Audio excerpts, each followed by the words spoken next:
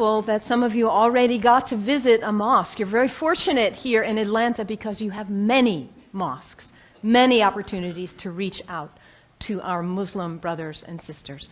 In the whole state of Vermont, where I hail from, we have one. So you have no reason to not visit. It's right around the corner from you. There are mosques everywhere. And it's important that we visit because Islam is the most misunderstood and the most maligned religion in the world today. We are being whipped up into fear of Muslims. And when we are afraid, we're stupid, actually. We're operating out of just that reptilian part of our brain. When we're afraid, we don't have access to our higher functionings, our whole self, the power of the knowledge in our hearts, our whole being. We're resigned to a small place of living. Ali, the son-in-law of the Prophet, says, people are afraid of what they don't understand. So my hope today is to share with you a little bit about what I love about Islam in order to invite you to a place of more understanding and less fear. Islam is very practical. If you are looking for insights about how to live a good life, how to be a good person, Islam has wonderful gems to offer to you. One of the things I love most about Islam is that it invites us to be concerned about what is the most important thing in life.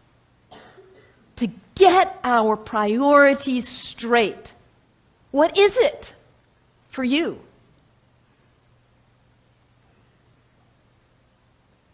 Stuff? Money? Power, prestige, family, kindness, service, love, art, compassion. What is it for you? If you get nothing else out of today, take that one question and live into it. And if you don't know the answer yet, find out.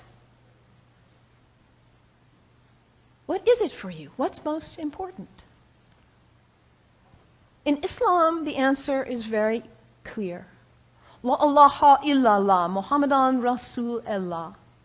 There is nothing but the source, God, the one. How did you say it, Anthony? That love which is greater than we can know. That's what matters. And Muhammad is his prophet. Is the prophet of love. La ilaha illallah, Muhammadan Rasulullah. And the thing about us humans, when we get that clarity, we know what's important. What do we do with that?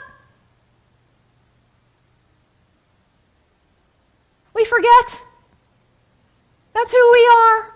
We humans, we are the great forgetters. How many of you made a New Year's resolution back on January 1st? How are you doing with it now? Let's be honest. How were you doing February 1st? January 7th. We get this high resolve and this clarity, and then we get caught up in all the distractions, all the things pulling our attention here and there, and we forget. That poet, Mary Oliver, says, what is it you plan to do with your one wild and precious life? What is it? In order to not waste our life, we need to regularly hit that reset button, come on back to center, to our heart, to what we know is really why we are here, what we know is really important. Regularly throughout the day, to stop and come back and say, well, let me check in and remember what matters so I don't waste my day or my week or my month or my life. And for Muslims, this is prayer, salat. It is the second pillar of Islam. The first pillar, la ilaha illallah, to know what matters. And the second pillar is to hit that reset button in order to regularly come back to center and remember what really matters. And for Muslims, this is not an activity in the head. It's an activity of the whole body. Allah Akbar, Allahu Akbar. Bismillah ar-Rahman ar-Rahim. Alhamdulillah, Rabbil Alameen. Ar-Rahman ar-Rahim. Malik Yawmiddin. Iyyaka na'budu wa iyyaka nasta'in. As-siratal mustaqim. Siratal ladhina an'amta 'alayhim. Ghayril maghdubi waladdallin.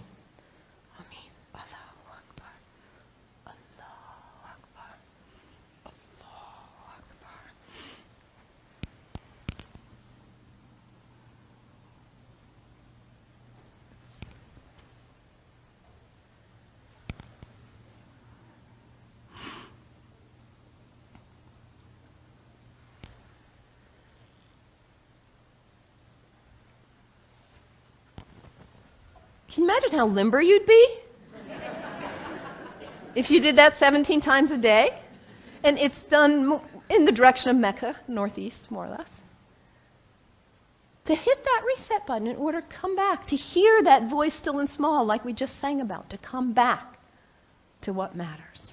So practical, I love that, the second pillar of Islam. Islam also reminds us to always be concerned about those who are less well off than ourselves. Over and over in the Quran it says, be concerned about the widows and orphans. Be generous. I brought some soup as a symbol of generosity, giving, donating to food banks, giving to people who need food. I think about Muhammad almost like a spiritual, a social genius. He himself was an orphan. By the time he was 6 years old, he had already lost both his parents. He knew marginality. He knew it. And what happens when there is imbalance in a society where there are some who have a lot and some who don't have enough? What happens here? Those who don't have enough are suffering, aren't they? Out of their lack of nutrition, food, healthcare, hygiene, educational opportunities, they suffer. And in their suffering, they may experience illness. Their illness doesn't stay there, does it? It spreads to the rest of the people. And in their need, they may choose to engage in criminal activity just to try to put food on the table. And that destabilizes the whole society when you have some without and some with too much. And what about the people with too much? Greed is spiritual bankruptcy. We cannot know well-being in our hearts when we are surrounded with too much while others are suffering. It creates instability. And Muhammad, peace be upon him, he was a spiritual genius, saying, let's bring it back into balance. Let's give. Let's be generous. And this is the third pillar of Islam, zakat, generosity. I love that about Islam.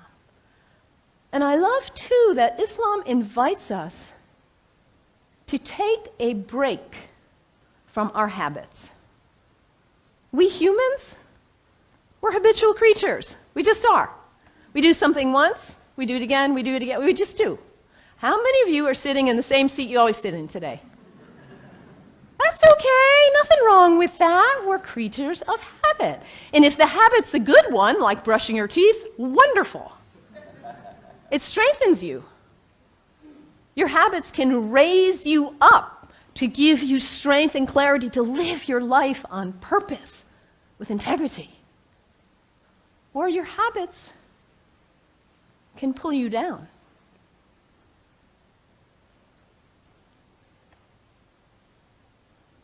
To take a break from your habits, because what happens when you try to take a break from your habit, when you try to stop reaching for whatever it is and you cannot? What is it for you? Coffee? Sugar? Alcohol? Drugs? Sex? Shopping? Your cell phone? Your tablet? Gossip? What is it for you, this behavior that you're caught in? You know it's not worthy of your best self, and yet there you are. It's addiction, isn't it? When we can't stop reaching for it, we can't stop doing it. And yet your life is so valuable, you matter. And to live your life on purpose and to cultivate the habits that raise you and strengthen you so you can be your most beautiful, best, loving, caring, giving self. So to take a break from your habits so you see who's in the driver's seat in your life. And put yourself back in the driver's seat. Whatever it is for you. There are other people in this room who have also struggled with addiction in this way and who have overcome it. You can get help. You can do it. Your life matters. It's valuable. This is the next pillar of Islam, fasting. Fasting not just from food, but fasting from other activities and behaviors as well. And when we fast from food in particular, and it says over again and again in the Quran, fasting is good for you if you only knew. Because we put too much in our bodies, don't we? We stress them. We overeat and put junk. And we don't honor the beauty of ourselves.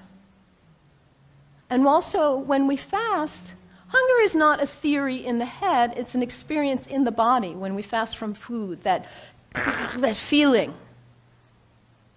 And then when you see somebody else on the street who is begging, it's not a theory. You feel empathy because you know what hunger feels like. It's harder to close your eyes and walk right on by.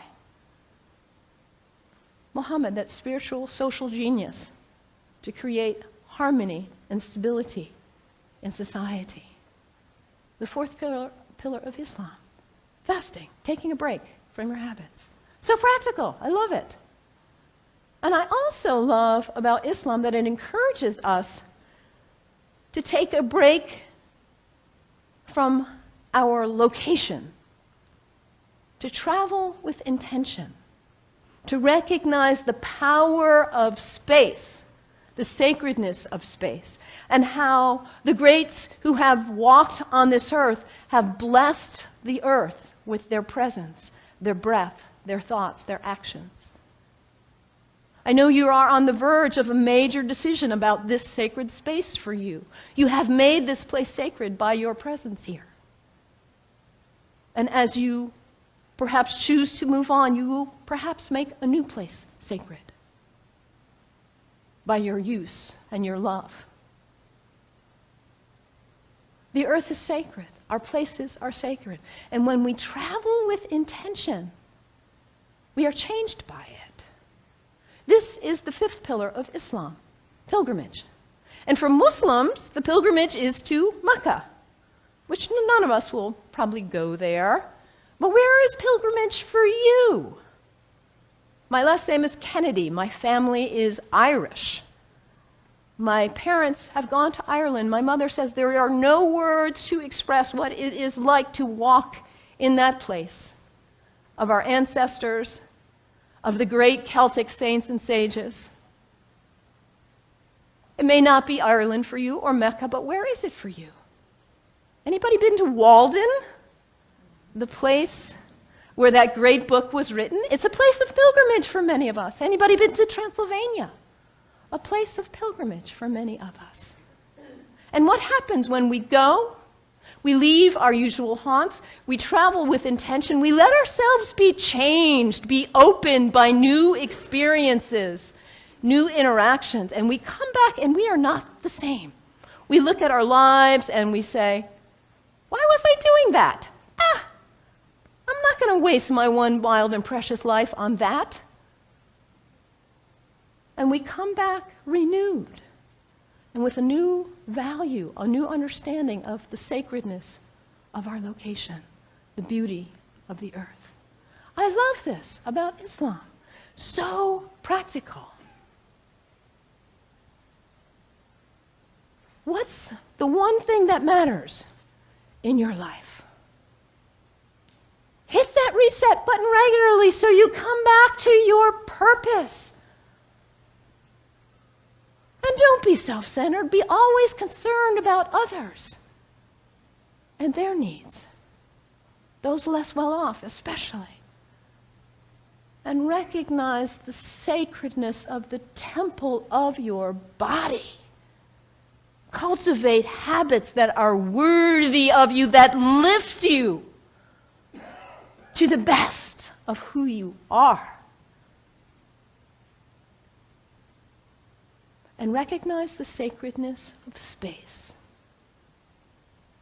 and the gift of the ancestors, the sages, the saints, the prophets who have gone before us and held a beacon of example for us. Travel with intention. Let yourself be changed. The 5 pillars of Islam. What great practical advice for living your life on purpose. And yet, at the same time as all of what I've told you is true, the beauty of this great tradition, we are being whipped up into fear against Muslims and Islam. I have a dear friend, Rudy, who is a retired UU minister and a Sufi like myself. And about 7 years ago or so, he said to me, Malin, Rudy grew up in Austria under the rise of Hitler. He said, what I see going on in the world now in the United States reminds me of my childhood in Austria. And in that time, it was the Jews who were being maligned, and now it's the Muslims.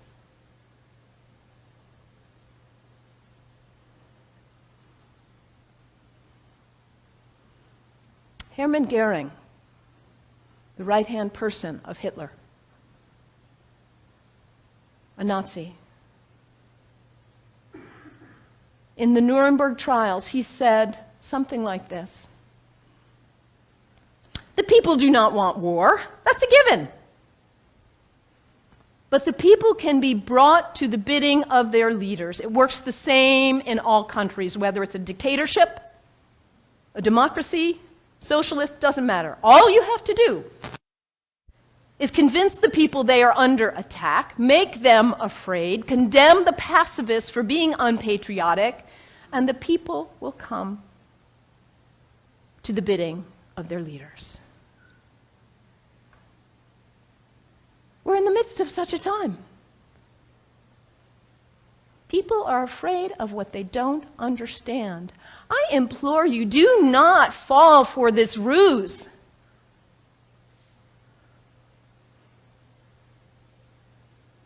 Because, as I said earlier, when we are afraid, we are stupid. We are relegated to a very small part of our mind. People who advocate violence are dangerous, whoever they are. Within Islam, guess what percent of Muslims, this is based on a Gallup study worldwide of Muslims, guess what percent of Muslims think violence is the way to go, is an appropriate response to what's going on? Less than 1%. This is really accurate social science research. And this less than 1% of Muslims who advocate violence are getting 75% of the media coverage. This less than 1%, yes, they are dangerous. The fringe in any religion is dangerous, whether they are Christians or Jews or Sikhs, whoever. Folks who feel compelled to use violence. This minority in any religion is dangerous. When we hear about Christians, we know not to equate the minority who would bomb an abortion clinic with all of Christians. The same is true with Islam. This Less than 1% who would advocate violence, they do not speak for Islam. The people who speak for Islam are the people who are most concerned about living life on purpose. Not wasting your wild, precious life, but hitting that reset button, coming back to center. Being concerned about justice and everyone's needs. The true Muslims are the people who recognize the temple of the Holy Spirit, which is our body, and cultivate life and living and habits that are beautiful and worthy. The true Muslims are the people who respect the earth and the prophets from all traditions. So I implore you, you've got Muslim neighbors all around. Go visit. Make friends. Do not let yourself fall into this trap of being afraid of what you do not know. And take the example from the great tradition of Islam and live your one wild and precious life on purpose. May it be so. May it be so. Blessed be. Amen.